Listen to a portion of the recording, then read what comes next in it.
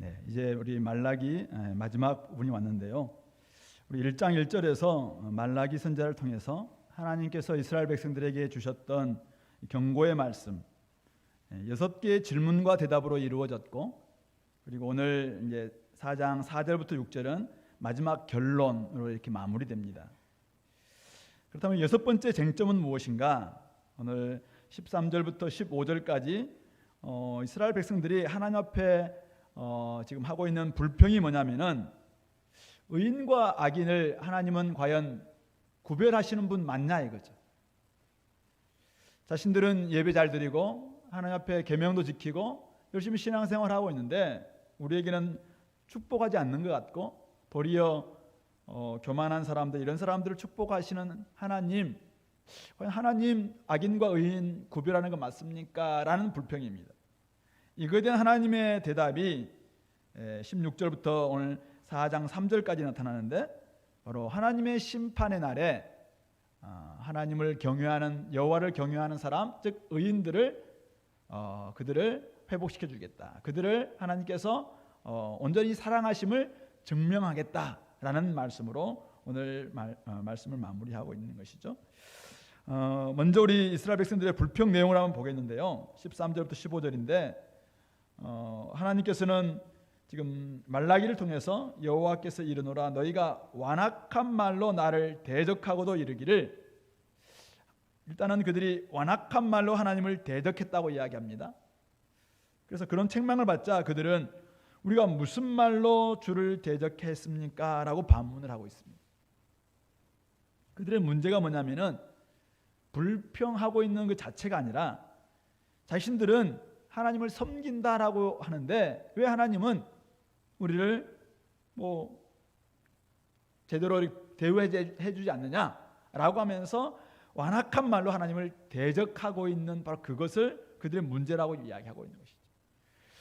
조금 더 나가보면 14절에 그들이 말하기를, 너희가 말하기를 이렇게 한다는 거예요. 하나님을 섬기는 것이 헛되다.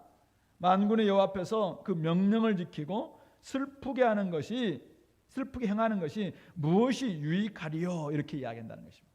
하나님 앞에서 그들은 하나님을 잘 섬긴다고 생각하고 있습니다. 하나님의 명령 지키고 있습니다. 또 하나님 앞에서 금식하라고 할 때 애통하면서 금식을 행하는, 슬프게 행하는 것, 이거 행해 왔는데 하나님이 복 주지 않는데 이게 무슨 유익이고 이건 헛된 것뿐이다 라고 이야기하고 있는 것이죠. 그렇게 말한 이유가 바로 15절에 나와 있죠. 지금 우리는 교만한 자가 복되고 또 악을 행하는 자가 번성하며 하나님을 시험하는 자가 화를 면한다 하노라 한다고 이야기하고 있는 것이죠. 그러니 자신들이 하나님을 열심히 경배하고 섬기고 또 명령을 지키고 또 금식도 행하고 이렇게 하고 있지만은 하나님은 우리에게는 관심이 없고 도리어 그냥 교만하게 행하고 악을 행하고 하나님을 시험하는 그런 사람들에게 축복하시는 분, 그렇다면은 우리가 이렇게 하나님 잘 섬기는 것 아무런 유익이 없고 헛된 것뿐 아니냐라고 그들이 지금 느끼고 있다는 것이죠. 열심히 섬기고 있는 자신들에게는 복을 주지 않고 교만한 자, 악을 행하는 자, 하나님을 시험하는 자에게만 잘해 주신다고 그들은 하나님을 판단하고 있죠. 그러면서 그런 판단으로 하나님께 완악한 말로 대적했다라고 이야기하고 있습니다. 그러니까 의인과 악인을 전혀 구별하지 않고 이 땅에서 살아가는 삶을 보니까 하나님은 이 땅에 별 관심이 없는 것 같아요. 그래서 악인들도 도리어 그냥 복 주고 의인인 우리들에게 하나님께서는 관심이 별로 없는 것 같다. 바울 사도가 그 복음을 전하던 그때 헬라의 두 이게 철학적 사조가 있었는데 하나는 에피크로스 학파, 또 한쪽은 스토아 학파였죠. 스토아 학파는 굉장히 금욕주의를 강조했고 이 에피크로스 학파들은 굉장히 쾌락주의를 강조합니다. 왜 그렇게 했냐면은 하나님이 신이 있는데 신이 있을 수도 있고 없을 수도 있어요. 근데 있는데 이 신은 그냥 하늘에만 관심이 있다는 거예요. 하늘 위에만 관심이 있고 하늘 밑에 땅은 지었는지 안 지었는지 이거는 중요하지 않아요. 그러나 어쨌든 이 땅에는 그냥 관여하지도 않고 관심도 없다. 따라서 이 땅에서 우리가 죄를 짓든지 쾌락으로 살든지 우리가 육체적인 마음껏 자기 욕심을 부리든지 간에 하나님은 전혀 관심이 없다라고 생각하면서 그들이 행했던 모습은 쾌락주의로 나온 사람, 이게 바로 에피쿠로스 학파들이었는데요. 오늘 어쩌면은 지금 이 말라기 시대에 하나님의 관심은 이 땅에 관심이 없는 거 아니냐. 오늘날 많은 세상 사람들의 관심도 사실은 생각도 비슷한 겁니다. 아니, 하나님이 계실까? 뭐 계실 수 있지만은 하나님은 이 땅에는 관심이 없다. 이거는 우리의 노력과 우리의 힘으로 우리의 어떤 합리적 사고와 이성에 의해서 이루어지는 것이지 이 땅에 하나님이 관심이 있다고? 별로 관심이 없을 걸 하고 하면서 마음껏 생활하는 거죠. 어쩌면 그들의 말을 액면 그대로 받아들이면은 그들의 불평은 어느 정도 정당화될 수 있습니다. 왜요? 우리가 저번에 봤다시피 시편 73편의 아삽의 시에서 시인이 경험했던 그 고민도 바로 이런 것이었고 미끄러질 뻔했다라고까지 이야기하고 있지 않습니까? 그리고 하박국 선지자도 이 땅에 불의한 자가 훨씬 더 잘 살고 있는 것 같고 악인들이 의인들을 괴롭히는 것, 이거 너무 하나님 보시기에는 공의롭지 못한 것 아니냐라는 부분들을 하나님께 대항하면서까지 사실은 막 질문 던졌잖아요. 그런데 오늘 이 말라기 시대 사람들의 불평은 차원이 다릅니다. 이런 사람들은 한마디로 말해서 오늘 13절에 이야기하고 있는 것처럼 완악한 말로 하나님을 대적했다라고 이야기합니다. 그러면서 그들은 신앙에서 멀어져 있습니다. 자신들은 하나님을 열심히 섬겼다라고 생각했습니다. 그러나 하나님의 생각, 하나님의 판단은 전혀 다르죠. 자신들은 명령을 지키고 애통한다고 말하고 있지만은 하나님의 생각은, 하나님의 판단은 뭐냐면은 너희들은 완악한 말로 지금 나를 대적하는 자다라고 지금 하나님이 도리어 그들을 평가하고 있는 것이죠. 그러니까 하나님을 판단하고 있는 그들을 하나님은 야, 너희들은 지금 나를 완악한 말로 대적하고 있다, 이렇게 평가하고 있는 것이죠.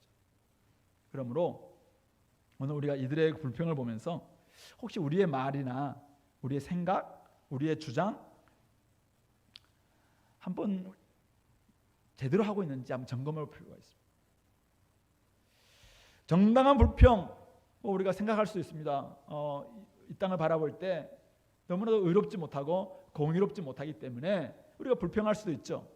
그러나 그렇게 하면서 점점점 우리 안에 불신앙적인 태도가 싹트고 있음을 감지하지 못할 수가 있다는 것이죠. 자신들은 의인이라고 여겼습니다. 자신들은 신앙생활 잘하는 성도라고 생각했습니다. 그런데 오늘 실상이 뭡니까? 실상. 하나님이 보신 실상은 바로 그들이 하나님을 대적하는 상태까지 이르고 있다는 것이죠. 그런데 그들은 그것을 감지하지 못하고 있습니다. 하나님께 대해서 그들은 나름대로 닮은 꼴이에요. 시인들처럼, 선지자들처럼 자기들도 불평하는 것 같아요. 그런데 그들의 말에는 신성모독적 언사가 들어있습니다. 그런데 그들은 그것을 전혀 깨닫지 못하는 수준에까지 지금 떨어져 있는 것이죠. 우리는 때로 이제 굉장히 우리는 건강하다 막 이렇게 생각하잖아요. 근데 딱 MRI 찍어보고 그러면은 내 속에 진짜 있는 걸 발견하잖아요. 어떤 사람들은 야, 내 진짜 공부 열심히 하고 있다. 시험 쳐보면 알잖아. 시험 쳐보면 공부를 했는지 안 했는지가 딱 드러나는 것처럼 우리가 열심히 신앙생활하고 열심히 뭔가를 하고 있다 하지만은 하나님의 판단 앞에 딱 서보면은 우리가 어떤 존재인지가 드러날 수밖에 없어요. 그러므로 오늘 우리의 말과 우리의 주장 또 우리의 판단 어떤지 한번 돌아보시고 오늘 말라기를 통해서 이스라엘에게 주셨던 이 하나님의 말씀을 통해서 우리도 제대로 한번 하나님 앞에 평가받을 수 있도록 정말 책망의 말씀이라면, 경고의 말씀이라면 돌이켰으면 좋겠고요. 아니면 여러분들이 잘 살아가고 있구나 이렇게 판단하고 또 그렇게 하나님이 말씀을 주신다면 그런 부분을 계속 갔으면 좋겠고, 아니면 지금 좀 움츠러져 있다면 회복하는 그런 시간이 될 수 있기를 바랍니다. 자, 그러면은 그들의 불평에 대한 하나님의 대답은 무엇입니까? 세 가지죠. 오늘 16절, 17절, 그 다음에 18절부터 4장 3절까지 세 가지로 나타나고 있는데요. 첫 번째 16절 말씀입니다. 그때 여호와를 경외하는 자들이 피차에 말하며 여호와께서 그것을 분명히 들으시고 여호와를 경외하는 자와 그 이름을 존중히 여기는 자를 위하여 여호와 앞에 있는 기념책에 기록하셨느니라. 그때가 언제입니까? 13절부터 15절에서 막 그들이 불평하는 말, 완악한 말로 말하고 있는 바로 그때입니다. 그때 여호와를 경외하는 자들은 어떻게 말했는가? 하나님께서 분명히 들으셨다는 것입니다. 그리고 여호와를 경외하는 자와 그 이름을 존중히 여기는 자를 위해서 하나님께서는 그들의 행위를 기념책에 다 기록해 주고 있습니다. 하나님이 의인 우리 왜 안 챙겨줍니까? 라고 지금 이야기하고 있는 그 불평에 대해서 하나님 뭐라고 이야기합니까? 의인들 다 알고 있다. 여호와를 경외하는 사람들의 그 말하는 것도 내가 다 듣고 있다. 그리고 내가 내 앞에 있는 기념책에 다 기록했다. 즉 아신다는 거예요. 들으신다는 것입니다. 우리를 모르는 게 아니에요. 왜 우리를 이렇게 놔둡니까? 놔두는 게 아니라는 거예요. 하나님께서는 내가 다 알고 있다. 듣고 있다. 너 기억하고 있다. 이렇게 이야기하고 있는 것이죠. 두 번째는 17절 말씀이죠. 나는 내가 정한 날에 그들을 나의 특별한 소유로 삼을 것이요 사람이 자기를 섬기는 아들을 아낌같이 그들을 아끼리니. 여기 나오는 17절에 나오는 그때 내가 정한 날은 앞으로 올 날이죠. 내가 정한 날이 있는데 하나님이 정한 날이 있는데 그때 그들이 누굽니까? 여호와를 경외하는 사람들이죠. 그들을 나의 특별한 소유로 삼을 것이고 사람이 자기를 섬기는 아들을 아끼는 것처럼 나도 그들을 특별한 소유로 삼은 그들, 바로 나의 사랑하는 자녀들이죠. 하나님의 자녀들, 그들을 아끼겠다라고 이야기하고 있습니다. 왜 우리를 몰라줍니까? 왜 우리를 저 악인들과 똑같이 취급합니까? 라는 그 불평에 대해서 하나님 대답은 뭐냐면은 무슨 말이야? 내가 너희들 알고 있다. 듣고 있다. 뿐만 아니라 내가 정한 날이 있는데 그날에 내가 너희들을 특별한 소유로 삼고 내가 정말 우리 아버지들이 자기의 사랑하는 자녀들을 그렇게 아끼는 것처럼 나도 너희들 아낀다라고 아낄 것이다라고 이야기하고 있습니다. 지금은 전혀 그런 대우를 받지 못하는 것 같은 느낌이 분명히 듭니다. 이게 현재적 모습이에요. 신라곤에 살다 보니까 아직은 완성되는 그날이 오지 않았기 때문에 그렇게 보입니다. 그렇지만 하나님께서는 사랑하는 자녀들을 아실 뿐만 아니라 아끼신다라고 이야기하고 있습니다. 세 번째 18절 말씀이죠. 우리 18절 말씀, 그때 너희가 돌아와서 의인과 악인을 분별하고 하나님을 섬기는 자와 섬기지 아니하는 자를 분별하리라. 누가 분별한다고요? 너희가 돌아와서 바로 지금 불평하고 여전히 의인들 왜 안 챙깁니까? 라고 하는 그들, 너희들이 진짜 의인이라면 하나님께로 돌아온 너희들이 그날 진짜 의인과 악인이 누군지를 뚜렷하게 분별하게 될 것이다. 그리고 하나님을 섬기는 자와 섬기지 않는 자가 누군지가 명확하게 드러날 것이다 라고 이야기하고 있는 것이죠. 어떻게 드러날까요? 오늘 4장 1절부터 3절에서 그 모습을 말하고 있는데요. 바로 그날은, 하나님이 정하신 날은 용광로 불같은 날이라고 이야기합니다. 그날 교만한 자와 악을 행하는 자는 다 지푸라기가 될 것이고 그들을 살라서 그 뿌리와 가지를 남기지 아니할 것이로되. 자, 3절, 너희가 악인을 밟을 것이니 그들이 내가 정한 날에 너희 발바닥 밑에 재와 같으리라. 하나님께서 용광로 불 같은 날을, 바로 여호와의 날이죠. 심판의 날이 올 텐데 그날 지금 왜 악인들은 번성하게 하고 악인들은 챙기고 왜 우리는 몰라줍니까? 라고 불편한 그들에게 이야기하고 있는 거예요. 교만한 자들, 악인들, 그날 내가 지푸라기 같이 다 사를 것이다. 그 뿌리와 줄기까지 다 불사를 것이다. 그리고 너희들은 그들을 발바닥 밑에 재처럼, 이것은 삶이 완전히 역전된다는 말입니다. 하나님께서 포도주 틀에 밟는 것 같은 원수들을 다 밟겠다라고 선지서에 보면 곳곳에 등장하고 있는데 바로 그것처럼 그들의 삶을 이렇게 완전히 역전시켜 주시고 회복시켜 주시겠다라고 이야기하면서 2절 말씀을 주시는 거죠. 2절 말씀을 같이 한번 읽어볼까요? 자, 시작.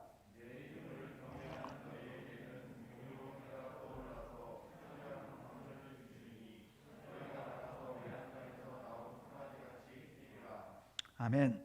하나님께서는 여호와를 경외하는 자를 어떻게 한다고요?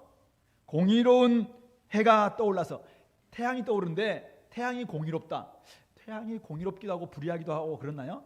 태양은 선인과 악인에게 동일하게 비춰주시는 공평하죠. 그러나 이 공의로운 해, 우리가 특별히 이사야에서도 이야기하고 있는 의로운 빛을 비추시는 바로 메시아 시대가 온다는 거죠. 그래서 예수님께서 누가복음에 보면은 바로 떠오르는 해같이, 떠오르는 아나톨레가 그런 의미인가?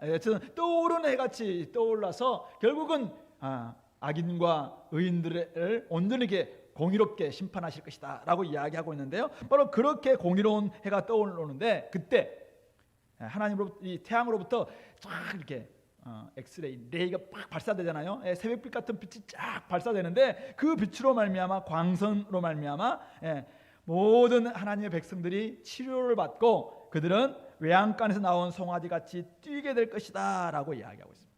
그러니까 첫 번째 주님의 약속이 뭡니까? 내가 너희들 다 안다, 아신다라고 이야기했습니다. 두 번째는 너희들을 특별한 소유로 삼고 내가 너희들을 아끼겠다라고 이야기했습니다. 세 번째는 공의로운 해가 떠올라서 치료하는 광선을 바람으로 말미암아 우리의 모든 아픔을 다 치료해 주시겠다. 그래서 온전한 회복과 기쁨으로 마음껏 뛸 수 있는 기쁨의 날을 주시겠다라는 것이 하나님의 대답인 것이죠. 아이스 아메리카노가 아라메요. 하나님의 회복은 아시고 아끼시고 아픔을 치료하시는 하나님, 그렇게 훨씬 더 좋은 그 놀라운 복을 하나님을 경외하는 사람들에게 주시겠다라고 이야기하고 있는 것입니다. 언제요? 언제? 여호와의 날이 날에. 여호와의 날이 오고 있습니다. 그날은 바로 의인들을 아시고 아끼시고 아픔을 치료하시는 날입니다. 그날은 하나님께서 악인을 심판하시는 날입니다. 그날은 의인을 회복시킴으로 하나님의 사랑이 입증되는 날입니다. 그러므로 하나님이 의인을 전혀 모른다고 그렇게 불평할 수 있는가? 그렇지 않습니다. 하나님은 택하신 자들을 이미 다 알고 있습니다. 여러분들이 어떻게 말하고 있는지, 어떻게 살고 있는지 하나님은 다 듣고 계십니다. 보고 계십니다. 그리고 다 기록하고 계십니다. 특별한 소유로 삼고 아들처럼 딸처럼 아끼실 것입니다. 모든 짓눌림에서, 모든 아픔에서 우리를 회복시키는 치유하는 광선을 바라심으로 말미암아 외양간에 갇혀있던 송아지가 푸른 초당에 가면은 얼마나 막 날뛰는, 여러분들 모르시죠? 저는 어렸을 때 송아지 키워봐요. 그러면은 소몰고 가면은 이제 나 법비 불면 막 뛰면서 이렇게 뜁니다. 그런 뛰는 것처럼 우리의 삶이 그렇게 회복될 것이다 라고 이야기하고 있습니다. 그런데 현실은, 지금 눈앞에 보이는 현실은 그게 아닌데요. 눈앞에 보이는 현실은 악인이 잘 되고 여전히 우리들은 쪼그라드는 삶, 이것 때문에 막 불평하고 완악한 말이 나올 수밖에 없는 이런 모습이죠. 그러나 오늘 이 말라기를 통해서 주시는 말씀이 뭔가요? 지금 모습이 최종적 모습이 아니라는 것입니다. 그러므로 하나님을 섬기는 것이 헛된 것이 아니라는 거예요. 하나님을 경배하고 하나님 명령에 순종하고 하나님께서 원하시는 삶처럼 자기를 애통해하면서 늘 금식하기도 하고 기도하고 그런 신앙생활을 하는 것이 허무한 것이 아니라 도리어 지금 잘 사는 것 같고 지금 화려한 꽃을 피는 것 같고 지금 막 엄청난 번성하는 것 같은 이런 모습이 그날 되면은 다 사라지는, 화무 11홍이라 하나요?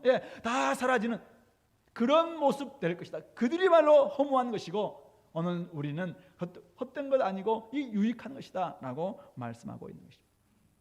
그러므로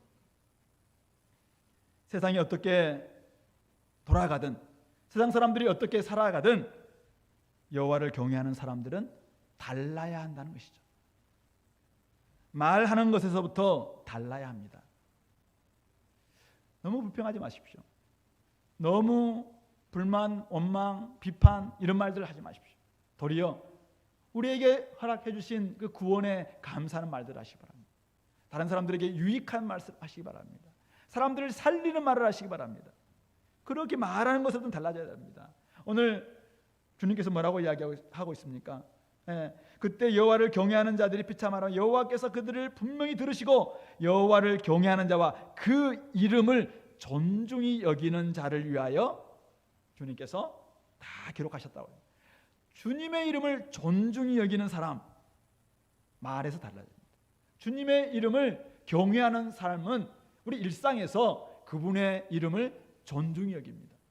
예, 쉽게 그냥 말하지 않습니다. 하나님에 대해서 막 원성, 원망 이렇게 말하지 않는다는 말씀이죠. 그러므로 현재 최선을 다하되 지금이 마지막 때가 아니라는 거죠. 좀 긴 호흡으로 하나님 나를 바라보며 살아갈 수 있는 그런 영성, 그것이 우리 가운데 필요하다는 것입니다. 그러면은 하나님께서는 이미 우리의 말을 들으시고 다 기억하신 하나님께서 우리를 아시고 우리를 아끼시고 우리를 우리의 모든 아픔에서 치료해 주시는, 회복시켜 주시는 놀라운 은혜를 허락해 주신다는 것이죠. 잘 알다시피 예수님이 땅에 오셨을 때 바로 여호와의 날 1차적 성취됩니다. 그때 결국은 주님 안에서 이런 놀라운 일들이 일어나게 되는 것이죠. 많은 사람들이 일어나게 되고 많은 사람들이 아픔에서 회복되기도 하고 많은 사람들이 예수님 안에서 구원의 기쁨들을 누리게 되고 많은 사람들이 이제는 그들의 억눌림과 이 갇힘 속에서 풀려져서 온전한 자유를 얻는, 진리 안에서 온전한 자유를 누리는 기쁨들이 예수 그리스도 안에서, 메시아의 통치 안에서 이루어졌다는 것이죠. 이사야에서 이야기하고 있는 독사울의 어린이가 손 놓고 장난쳐도 물지 않는 그런 온전한 화해의 모습들, 어린 양과 소가 함께, 사자가 함께 뒹굴 수 있는 그런 모습들, 이런 모습들이 이 땅 가운데 예수님 안에서 좀 어느 정도 성취됩니다. 물론 완성된 모습은 아니죠. 주님이 다시 오시는 그날 이루어질 것입니다. 그러므로 우리가 이 날을 소망한다면은 오늘 우리의 삶이, 우리는 예상되는 삶이 됩니다. 우리는 이런 존재구나 이거죠. 그래서 그날이 딱 준비되면 어떻게 됩니까? 그동안 좀 외양간에 갇혀있던 송아지가 지금 소를 자기 몰고 가는 이제 목동이 이렇게 간다면은 밖에 가서 푸른 초장에 가면은 다 풀어줄 것이다. 그래서 소가 막 이런 지능이 있다고 생각해 보시기 바랍니다. 그러면 갈 때 어떤 마음일까요? 끌려갈까요? 혹시 나를 지금 잡아먹으러 가는 건 아닐까? 이런 마음일까요? 이 고삐만 풀기만 해봐. 내가 마음껏 춤출 거야. 막 이런 태도 아니겠습니까? 전혀 감각이 없는 것 같은, 상상이 안 돼요 지금. 우리가 있잖아요. 우리가 지금 내일이 기다려요. 내일이 우리를 아시고 아끼시고 아픔을 못 치유해 주시면서 이제는 외양간에 갇혀있던 송아지가 마음껏 뛰는 그날이 우리에게 오고 있어요. 그러면 우리가 음악이 나오기만 하면, 그날이 오기만 하면은 그날 다 함께 춤춰봐 라면서 그 춤에 맞는 비트를 딱 틀어준다. 그러면 우리는 마음껏 춤출 수 있는 그 준비를 해야 되지 않겠나 이거죠. 근데 여전히 세상 바라보면서 그냥 늘 단조풍의 노래에 익숙한 나머지 불평 불만과 환멸 가득한 옛날 제가 참 좋아했던 찬양이긴 했지만은 그냥 이런 속에서 가지고 여전히 현실의 아픔과 불평과 불만, 제가 살던 옛날 80년대는 이런 노래가 굉장히 유행했었어요. 흑인 연가가 굉장히 많은 사람들의 마음을 위로해 줬던 거예요. 그러나 지금은 우리의 소망은 우리를 아시고 아끼시고 아픔을 치료해 주시는 하나님의 그날을 우리에게 주시겠다는 약속 아니겠습니까? 그렇다면 그날을 향해서 우리가 춤출 준비를 해야 되죠. 마음껏 기쁨의 준비를 해야 되죠. 그것이 우리 가운데 필요하다는 것입니다. 그러므로 다른 사람들이 어떻게 사는가에 너무 의식하지 말고 좀 살았으면 좋겠습니다. 우리가 어떻게 말하고 있는지 듣고 계신 분이 있음을 우리가 기억했으면 좋겠습니다. 우리가 지금 누구를 의지하고 있는지, 누구의 이름을 존중히 여기고 있는지, 이게 우리가 오늘 살펴야 될 첫 번째 순서입니다. 나는 누구의 이름을 존중히 여기고 있는가? 나는 누구를 의지하고 살아가고 있는가? 하나님이 다 아시고 우리 행위를 다 기록하고 계시는 분이 계시는데 자꾸만 신앙생활 헛되고 명령 지켜봐도 소용도 없고 내가 뭐 앞에서 시키는 대로 다 해봤는데 이거 헛되고 유익도 없더라. 이런 말 자체가 불신앙이고 이것 자체가 결국은 우리의 신앙에 지금 그것을 체크해주는 바로미터와 같다는 거예요. 우리의 말 자체를 좀 바꿔야 돼요. 두렵고 떨림으로 바로 하나님의 구원을 이루어가되 우리가 말하고 행하고 살아가는 모습 속에서 좀 다른 모습들이 나타나지 않겠는가 생각해 봅니다. 제가 부산에서 신앙생활할 때 아주 좀 천사와 같고 소녀와 같은 한 권사님이 계셨습니다. 이분은 봄만 되면은 목사님 하면서 저를 막 불러요. 그래서 왜요, 근사님? 그러면은 정말 보세요. 저 봄꽃은 너무나도 마음이 급해가지고 잎도 나오기 전에 꽃부터 피는 거 보셨죠? 막 그렇게 이야기하는 거예요. 저는 사실은 그동안 몰랐거든요. 그거 보니까 벚꽃도 그렇고 개나리도 그렇고 또 매화도 그렇고 잎이 나오기 전에 꽃이 막 피우는 거예요. 정말 그렇네요. 근데 막 그렇다면서 얼마나 꽃이 피우고 싶었으면 저랬을까요? 막 이렇게 정말 이게 60이 넘으신 분인데 막 소원처럼 이렇게 이야기를 하세요. 맞죠?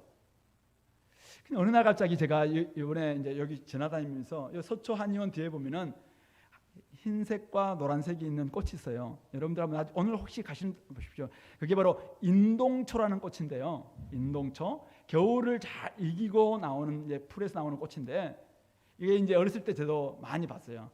왜냐하면은 어렸을 때 못 살던 시절 때 이런 인동초를 이렇게 따가지고 말려서 이걸 이제 이렇게 말려서 팔면은 약재로 이렇게 팔면은 돈을 주고 막 이렇게 했거든요. 그래서 부모님과 같이 이렇게 따서 이렇게 막 하고 그랬는데 그때가 이때인지는 제가 몰랐어요. 찾아보니까 인동초는 5월 말에서 6월 초에 핀다 이렇게 나와 있더라고요. 이름도 겨울을 이기고 나온 풀이잖아요. 그러면 이 봄꽃처럼 남들 매화처럼 개나리처럼 진달래처럼 벚꽃처럼 빨리 꽃 피고 싶지 않았을까요? 근데 인동초는 5월, 6월을 견디는 거예요. 겨울을 잘 이기고는 5월 말 이제는 봄꽃이 다 지고 장미도 지고 이때 다 꽃을 피우는 거죠. 인동초는 뭐 능쿨도 그렇고 다 약재로 쓰인대요. 그래서 제가 어저께 찾아봤어요. 꽃말이 뭘까? 꽃말이 뭐니까 헌신적 사랑이래요. 헌신적 사랑은 이렇게 되는 거구나. 우리는 때로 우리의 속도, 세상의 속도에 따라가지 못하는 것 때문에 스스로 막 실망하고 저들은 꽃 피는데 저들은 지금 잘 되고 있는데 나는 뭐야? 이렇게 생각하면서 뭐 원망하고 불평하고 이렇게 하잖아요.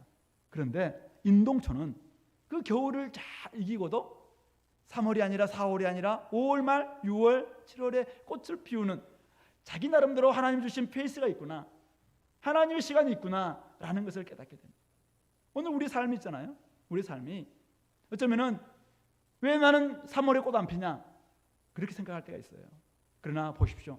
3월에 피는 꽃이 있고 4월에 피는 꽃이 있고 5월에 피는 꽃이 있고 6월에 피는 꽃이 있고 8월에도 꽃이 핍니다. 겨울을 이기면서 겨울 초 바로 늦 겨울 바로 봄 될 때마다 동백도 있어. 동백꽃도 있죠.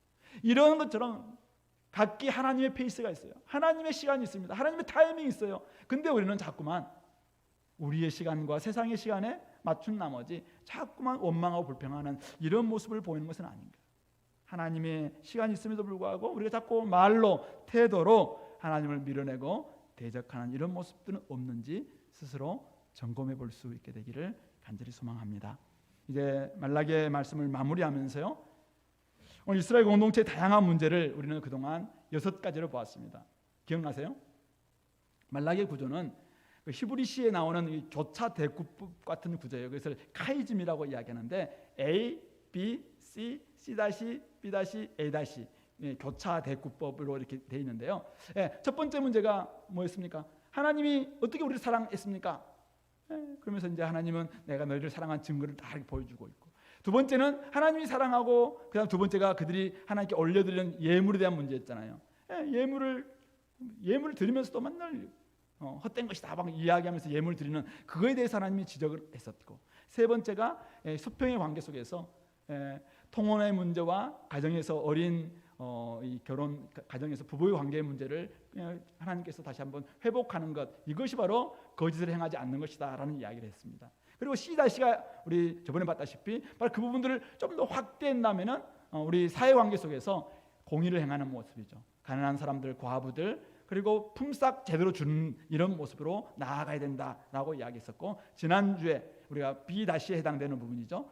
다시 하나님께 올려드리는 예물인 11조에 대한 이야기를 하면서 온전한 11조가 무엇인가라는 부분들을 말씀을 드렸고, 오늘이 바로 마지막 A에 해당되는 하나님의 사랑이 어떻게 드러나느냐, 마지막 때에 여호와를 경외하는 그런 사람들을 하나님께서 다 아시고 아끼시고 아픔을 다 치료해 주신 하나님으로 드러난다라는 것을 말하고 있는 것이죠.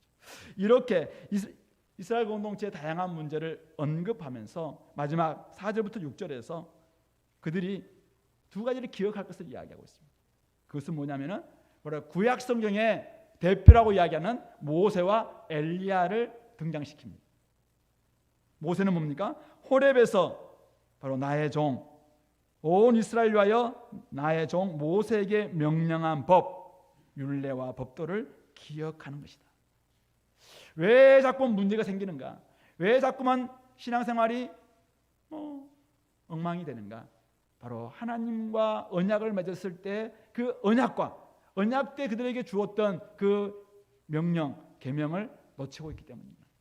하나님과 이스라엘 백성들이 언약을 맺었을 때 그들은 정말 애굽에서 종살이할 수밖에 없었던 그런 존재임에도 불구하고 그들을 업어서 독수리가 그 새끼를 업어서 인도했던 것처럼, 그래서 그들을 모든 세계가 다 하나님께 속하였나니 그들을 하나님의 특별한 존재로 삼는다라고 우리 출애굽기 19장에서 이야기하면서 그들과 언약을 맺잖아요. 그리고 그들이 나름대로 살아야 될 10가지의 이 계명을 이야기하면서 이게 너희들의 삶의 기준이다라고 이야기하고 있는 것입니다. 근데 그들이 왜 자꾸 무너지냐면은 다른 기준을 갖다 대는 것입니다. 세상이 이렇게 사는 것이고 세상 사람들은 저렇게 복받더라. 따라서 그 기준을 자꾸 가져오니까 그들이 무너지는 것이죠. 그러므로 언약을 기억하고 모세에게 주었던 율례와 법도, 이 계명을 다시 기억하는 것, 언약을 기억하는 것, 이것이 바로 이들이 대안이었다는 거예요. 하나님의 대안이죠. 말라기가 마지막으로 이야기하고 있는 부분입니다. 우린 성경을 해석할 때 자연스러운 의미, 본래의 의미, 그 다음에 일관된 의미, 이 세 가지를 우리가 보잖아요. 자연스럽게는 그렇게 보는 거예요. 그러면 이게 당시에 그들에게는 어떤 의미였을까? 당시에 그들에게 이 포로에서 돌아와서 아직도 성전을 지었지만은 주님의 날에 오지 않은 그들에게 이 말씀이 어떤 의미였을까 생각해 보는 거죠. 여전히 율법을 그러면 기억하는 것이구나, 율법을 다시 한번 율법의 정신으로 돌아간다라는 것으로 생각해 볼 수 있는 것입니다. 그럼 오늘도 우리에게는 동일하게 모세 율법으로 돌아가는 말인가? 라고 우리 마지막 성경적 의미를 해석해 본다면은 그건 조금 달라지죠. 새 언약 백성들에게는 율법을 지킬 수 있는 사람은 아무도 없어요. 율법은 아무도 사실 지키지 못하죠. 그래서 예레미야와 에스겔을 통해서 새 언약을 이야기하면서 우리의 마음에 신비의 언약을 기록하겠다고 이야기하시면서 이제는 바로 우리에게 부드러운 마음, 새 마음을 주시는데 성령께서 우리를 지키게 해주신다라고 이야기하고 있습니다. 그러므로 오늘 우리는 이 말씀을 성령의 법에 우리가 순종하는 거예요. 오늘 우리가 말씀을 읽고 말씀이 우리에게 주시는 가르침이 있을 겁니다. 그럴 때 그것을 내 육신, 내 의지로 지켜내는 것이 아니라, 내가 그동안 해왔던 경험으로 지켜내는 것이 아니라 내 안에 계시는 성령님을 의지하면서 이것을 지켜내는 거죠. 다른 법을 잊지 않습니다. 다른 기준이 있지 않습니다. 오직 주의 언약 백성들은 바로 하나님의 말씀이 우리가 지켜야 될 유일한 기준입니다.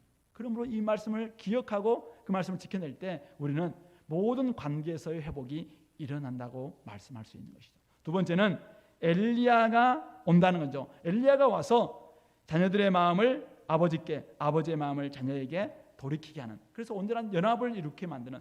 만약 돌이키지 않는다면 어떻게 될 것인가? 두렵건대 내가 와서 저주로 그 땅을 칠까 하노라. 여호와의 크고 두려운 날이 오기 전에 엘리야가 와서 바로 아버지와 아들들이 다 돌이켜서 이제는 서로의 온전한 화합이 이루어지도록 만들어주겠다라고 이야기하고 있는 것이죠. 이것은 바로 돌이킴이죠. 회개를 이야기하고 있는 것이죠. 회개.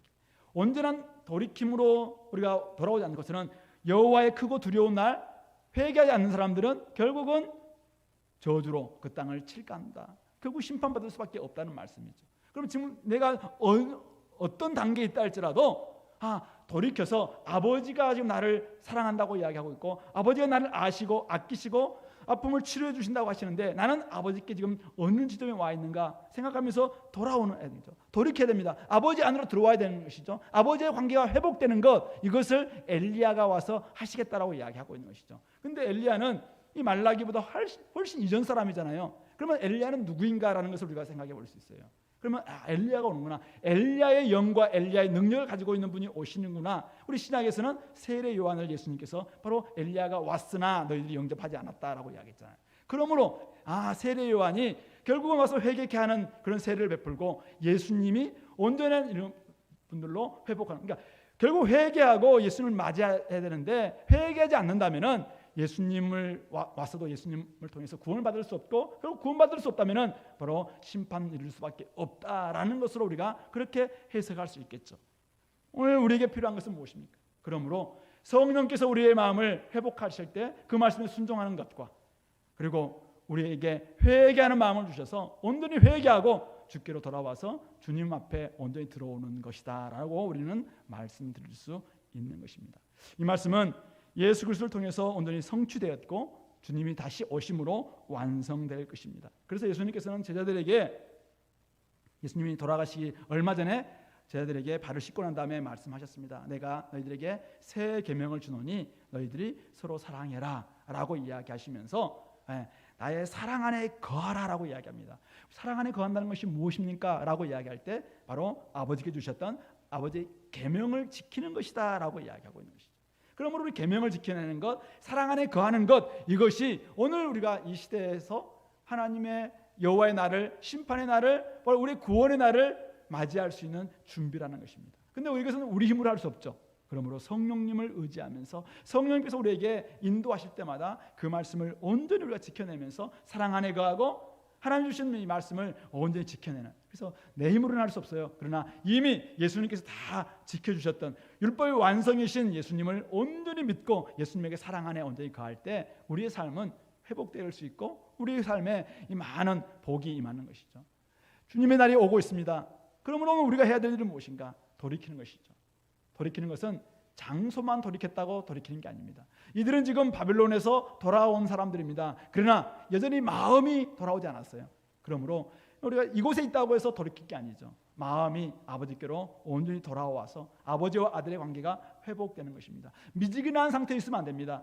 이제는 마음문을 여시는 주님께서 똑똑똑 놓고 할 때 우리가 마음문을 열고 그분을 모시게 드리면 그분께서 우리 마음에 들어오셔서 우리와 더불어 먹고 우리는 그와 더불어 먹으리라. 요한계시록 3장 20절 말씀이 바로 이루어지는 것이죠. 그러면 우리 삶 속에서는 놀라운 열매도 있고 기쁨도 있고 회복도 있고 자족의 열매. 바울 사도가 자기는 풍부에 처하기도 하고 빈에 가난에 처할 수도 있지만은 일체에 자족하는 비결을 배웠다라고 이야기하고 있습니다. 어디에서? 내게 능력 주시는 자 안에서. 주님께서 우리에게 능력 주십니다. 바로 주님 안에 거하기만 하면은, 그 사랑 안에 거하기만 하면은, 주님의 그 사랑, 주님께서 주시는 그 계명 안에 거하기만 하면은 우리는 빈에 처할 수도 있고 부에 처할 수도 있고 그럼에도 불구하고 자족할 수 있는 일체의 비결을 배우는 그런 삶을 살 수 있다는 것입니다. 여호와의 크고 두려운 날은 오고 있습니다. 그러므로 오늘 우리는 우리 자신들을 좀 더 돌아보시고 정결한 백성이 되어서 이제는 온전히 회개하고 온전히 하나님께 돌이킴으로 말미암아 하나님의 안에 온전히 거하는 그런 사람들이 바로 의인들이고 여호와의 이름을 경외하는 사람들입니다. 그런 사람들은 우리 주님께서 아시고 아끼시고 아픔을 다 치료해 주시는 하나님이십니다. 그러므로 우리가 다른 것 너무 두려워하지 마시고 세상 기준에 그냥 짝하지 마시고 에피쿠로스 학파처럼 이 땅에 그런 사람들이 오늘날 너무 많아요. 근데 거기에 귀 기울이지 마시고 오직 하나님께서 오늘 뭐라고 말씀하시는지 이 말씀에 귀 기울이면서 모세와 엘리야 이 두 분께서 오늘 우리에게 뭐라고 말씀하시는지 예수님을 통해서 우리에게 이미 다 주셨죠. 예수님께서 별세 십자가에서 죽으셔야 된다라는 것을 모세와 엘리야가 오셔서 말씀하심으로 그 길로 가셨어요. 그럼 우리가 예수님 안에 온전히 거하는 것, 예수님의 사랑 안에 온전히 거하는 것, 예수님 안에서 우리가 율법을 지켜내는 것, 다 예수님께서 다 의를 이루셨기 때문에 그분 안에 온전히 거하는 것이야말로 우리가 이 구약을 완성하는 길이고 결국 우리가 이 땅에서 승리할 수 있는 길입니다. 그러므로 우리 모든 성도님들 지금 우리 주변에서 일어나고 있는 많은 일들로 인해서 우리가 마음을 빼앗기지 마시고 다 주님 안에서 승리할 수 있게 되기를 말씀으로 권면합니다. 우리 말씀을 좀 기억하시면서 하나님 제가 이스라엘 백성들처럼 불평하고 있지는 않습니까? 나의 신앙을 스스로 자평한 나머지 하나님의 판단 듣지 못하고 있는 모습은 아닌지 돌아보시고 하나님의 회복의 날을 기억하면서 그 날을 소망하면서 이 길을 온전히 걸어가는 하나님의 때를 하나님의 시간을 잘 인고의 시간을 잘 보낼 수 있는 저희들이 되게 달라고 같이 한번 기도하겠습니다.